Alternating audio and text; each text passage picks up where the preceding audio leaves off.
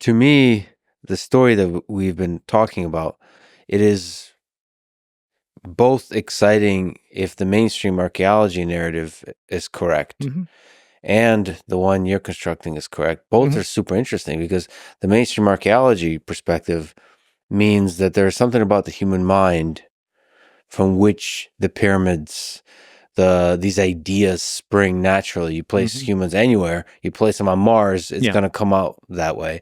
So that's an interesting story of human psychology that then becomes even more interesting when you evolve out of Africa with Homo sapiens, how they think about the world. That's super interesting. And then if there's an ancient civilization, advanced civilization that explains why there's so many similar types of ideas that spread, that means that there's so much undiscovered still about the sort of the spring of these ideas of civilization that come. So to me, they're both fascinating. So I don't know why there's so much sort of infighting, but I think it's partly territorial. I think that I cannot speak of all archaeologists, but some archaeologists feel very territorial about their profession, and they do not feel happy about outsiders entering their realm, especially if those outsiders have a large platform. And I've found that the attacks on me by archaeologists have increased step by step with the increase of my exposure. I wasn't very interesting to them when I just had one minor bestseller in 1992 with a book called The Sign and the Seal. But when Fingerprints of the Gods was published in 1995 and became a global bestseller, then I started to attract their attention and appear to have been regarded as a threat to them. And that is the case today. That is why Ancient Apocalypse Season 1 was defined as the most dangerous show on Netflix. It's why the Society for American Archaeology wrote an open letter to Netflix asking Netflix to reclassify the series as science fiction. It's why they accused the series of anti-Semitism, misogyny, white supremacism, and a whole bunch of other things like that. It had nothing to do with anything that's in the series. It was like, we must shut this down. This is so dangerous to us. It's certainly not a danger. There are many more dangerous things in the world than a television series going on right now. But maybe it was seen as a danger to archaeology, that this non-archaeologist was in archaeological terrain and being viewed and seen by and read by large numbers of people. Maybe that was part of the problem. And human nature being what it is, I noticed that two of my principal critics, John Hoops from the University of Kansas and Flint Dibble, who's now teaching at the University of Cardiff in Wales in the UK, are both people who like to have media exposure. And John Hoops has just recently started a YouTube channel. Flint Dibble has had one for quite a while, pretty small number of followers. I think that they feel that they should be the ones who are getting the global attention, and that it's not right that I am, and that the best way to stop that is to stop me, to shut me down, to get me cancelled, and basically requiring Netflix to relabel my series from a documentary to a science fiction, which is what they actually had the temerity to suggest to Netflix. That would, if that had gone through, if Netflix had listened to them, that would have effectively been the cancellation of my documentary series. It would no longer have been ranked under documentary. So it was a deliberate attempt to shut me down, and I see that going on again and again, and it's so unfortunate and so unnecessary. I've become very defensive towards archaeology. I hit back after 30 years of these attacks on my work. I'm tired of it, and I do defend myself, and sometimes I'm perhaps over-vigorous in that defense. Maybe I was a little bit too strong in my critique of archaeology in the first season of Ancient Apocalypse. Maybe I should have been a bit gentler and a bit kinder, and I've tried to reflect that in the second season, and to bring also many more indigenous voices into the second season, as well as the voices of many more archaeologists. Yeah, in general, I got a chance to get a glimpse of the archaeology community, and in archaeology, in science in general, I don't have much patience for this kind of arrogance or snark or dismissal of general human curiosity that I think your work inspires in people. And so that's why people like Ed Barnhart, who I recently had a conversation with, he radiates sort of kindness and curiosity as well. And it's like that kind of approach to ideas, especially about human history, it inspires people. Exactly. It inspires millions of people to ask questions. Exactly. I mean, that's why you had Keanu Reeves on the new season. He's basically coming to the show from that same perspective of curiosity. Keanu is genuinely curious about the past and very, very interested in it, and he's bringing to it questions that everybody brings to the past. He's speaking for every man in the series. So, given that, can you maybe steelman the case that archaeologists make about this period that we've been talking about? Can you make the case that is indeed what happened? Is it was hunter-gatherers for a long time, and then there was a cataclysm, a very difficult period in human history with the Younger Dryas, and that changed the environment, and then led to the springing up of civilizations at different places on Earth. Can you sort of make the case for that? No, I completely understand why that is the position of archaeology, because that's what they've found. Archaeology is very much wishing to define itself as a science. And it uses the techniques of weighing and measuring and counting are very key to what archaeology does. And in what they've found and what they've studied around the world, they don't see any traces of a lost civilization. And the idea that besides, we live in a very politically correct world today, and the idea that some kind of lost civilization brought knowledge to other cultures around the world is seen as almost racist or colonialist in some way. It triggers that aspect as well. But basically, I think majority of archaeologists are in complete good faith on this. I don't think that anybody's really seeking to frame me. I think that what we're hearing from most archaeologists, some much more vicious than others, but what we're hearing from most archaeologists is this is what we found, and we don't see evidence for a lost civilization in it. And to that, I must reply, please look at the myths. Please consider the implications of the Younger Dryas. Please look at the ancient astronomy. Please look at those ancient maps and don't just dismiss them and sneer at them. And for God's sake, please look more deeply at the parts of the world that were immensely habitable and attractive during the Ice Age and that have hardly been studied by archaeology at all, before you tell us that your theory is the only one that can possibly be correct. In fact, it's a very arrogant and silly position of archaeology, because archaeological theories are always being overthrown. It can take years. It can take decades. It took decades in the case of the Clovis First hypothesis for the settlement of the Americas. But sooner or later, a bad idea will be kicked out by a preponderance of evidence that idea does not explain.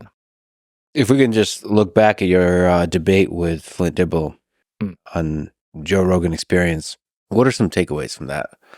What have you learned? Maybe what are some things you like about Flint?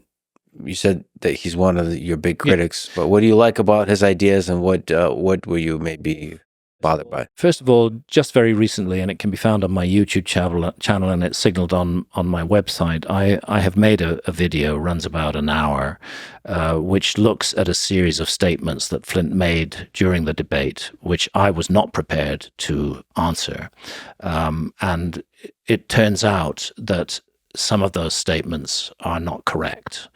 The notion, for example, that there were 3 million shipwrecks that have been mapped. Flint actually uses the word mapped, 3 million shipwrecks that have been mapped at one point in the debate, and I've put that clip into the video that I brought out. That is not a fact. That is an estimate, a UNESCO estimate.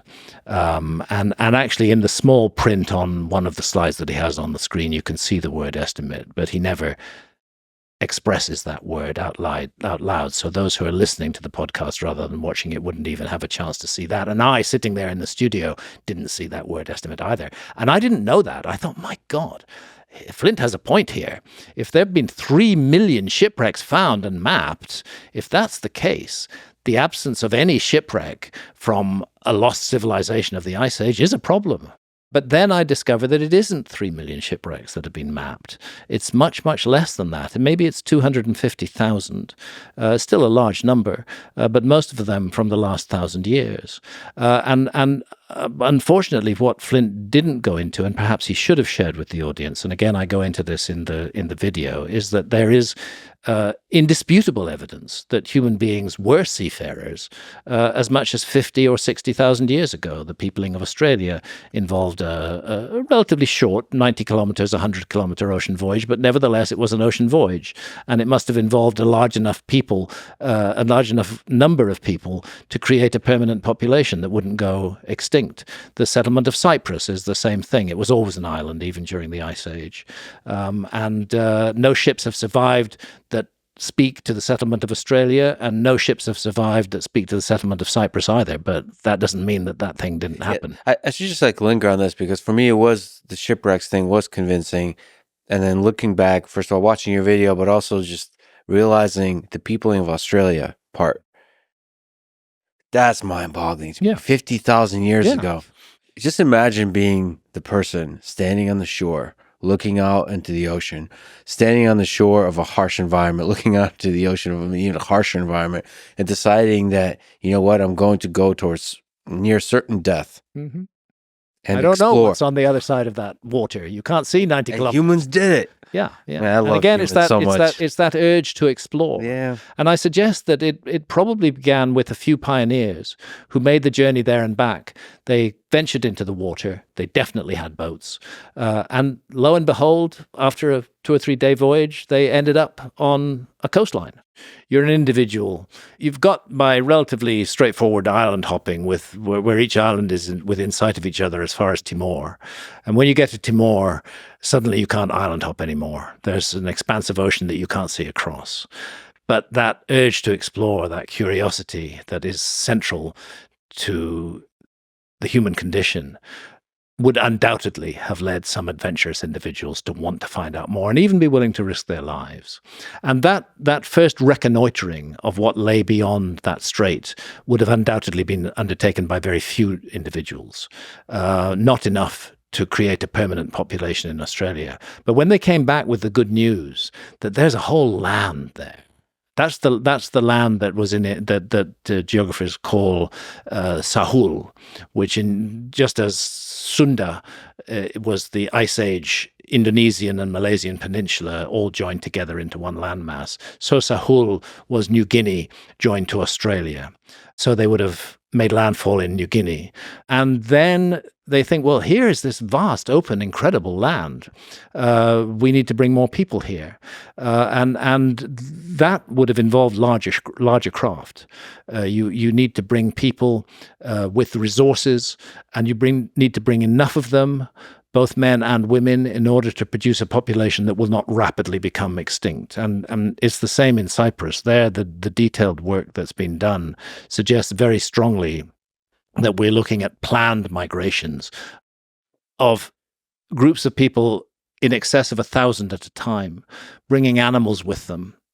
And this certainly would have involved multiple boats, and boats of a significant size. And there's no archaeological evidence of those boats? None whatsoever. The oldest boat that's ever been found in the world is the Dokos shipwreck off Greece, which is around 5,000 years old, if I recall correctly. So everything that makes a boat is lost to time?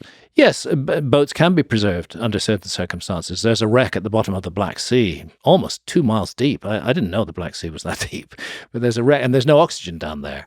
That is more than 2,000 years old and is still in pretty much perfect condition.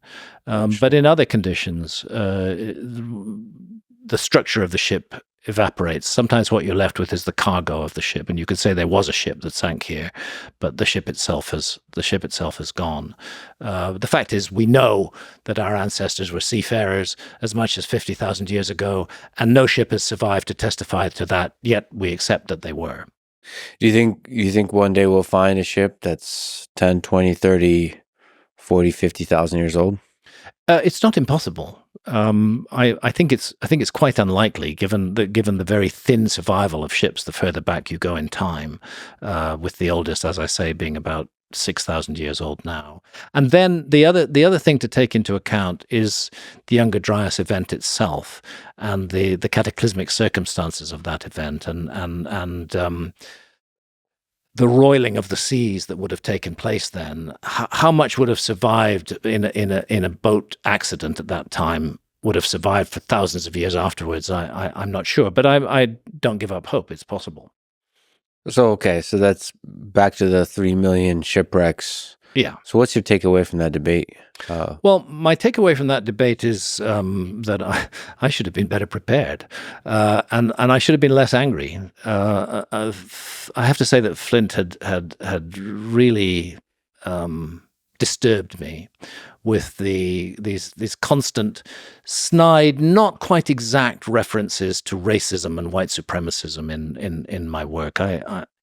I detest such things, and to have those labels stuck on me. He's always avoided taking direct responsibility, pretty much always avoided. There's one example that I include in the video I've made where he really hasn't successfully avoided it. But in most cases, he's trying to say that I rely on sources that were racist, but that he's not saying that I myself am a racist. But the end result of those statements is that people all around the world came to the conclusion that Graham Hancock is a racist and a white supremacist. And that really got under my skin, and it really upset me. And I felt angry about it. And I felt that I was there to defend Ancient Apocalypse Season 1, whereas in fact what I was there to do was to listen to a series of lectures where an archaeologist tells me what archaeologists have found, and that somehow I'm to deduce that from what they have found, they're not going to find anything else. At least not anything to do with the lost civilization. Listen, I feel you. I've seen the intensity of the attacks, and the whole racism label is the one that can get under your skin. And it's a toolbox that's been prevalent over the past, let's say, decade, maybe a little bit more, as a method of cancellation. Yeah. When a person is the opposite of racist, very often it's kind of hilarious to watch, but it can get under your skin, especially when you have certain dynamics that happen on the internet where it seeps into a Wikipedia page, and then other people read that Wikipedia page, and you get to hear it from like friends. Oh, I didn't know you're whatever. And you realize that Wikipedia description of who you are actually has a lot of power, not by people that know you well, but by people that just kind of are learning about you for the first time. Definitely. And they can really start to annoy you and get under your skin when the people are kind of indirectly injecting, they're writing articles about you. They can then be cited by Wikipedia. Yeah. It can really bother a person who is actually trying to do good science or just trying to inspire people with different ideas. I felt that my work was being deliberately misrepresented, and I felt that I, as a human being, was being insulted and wronged in ways that are deeply hurtful. My wife and I have 6 children between us, and we have 9 grandchildren. And of those 9 grandchildren, 7 are of mixed race. And this is my family. And these are kids who are going to grow up and read Wikipedia and learn from reading Wikipedia that grandpa was some kind of racist. You know, this is a personal issue for me. And I'm afraid I carried that personal anger into the debate, and it made me less effective than I should have been. But ultimately, I do want to pay tribute to Flint. He is an excellent debater. He's got a very sharp mind. He's a very clever man, and he's very fast on his feet. And I recognize that. I was definitely up against a superior debater in that debate. I'm not sure that I have those debating skills, and I certainly didn't have them on that particular day. I also admire about Flint something else, which is that he was willing to be there. Most archaeologists don't want to talk to me at all. They want to insult me from the sidelines. They want to make sure that Wikipedia keeps on calling me a pseudo-archaeologist or a purveyor of pseudo-archaeological theories. They want to make sure that the hints of racism are there, but they actually don't want to sit down and confront me. At least Flint was willing to do that, and I'm grateful to him for that. And I think in that sense, it is an important encounter between people with, let's say, an alternative view of history and those with the very much mainstream view of history that archaeology gives us. And he's also a very determined character. He doesn't give up. So all of those things about him I admire and respect.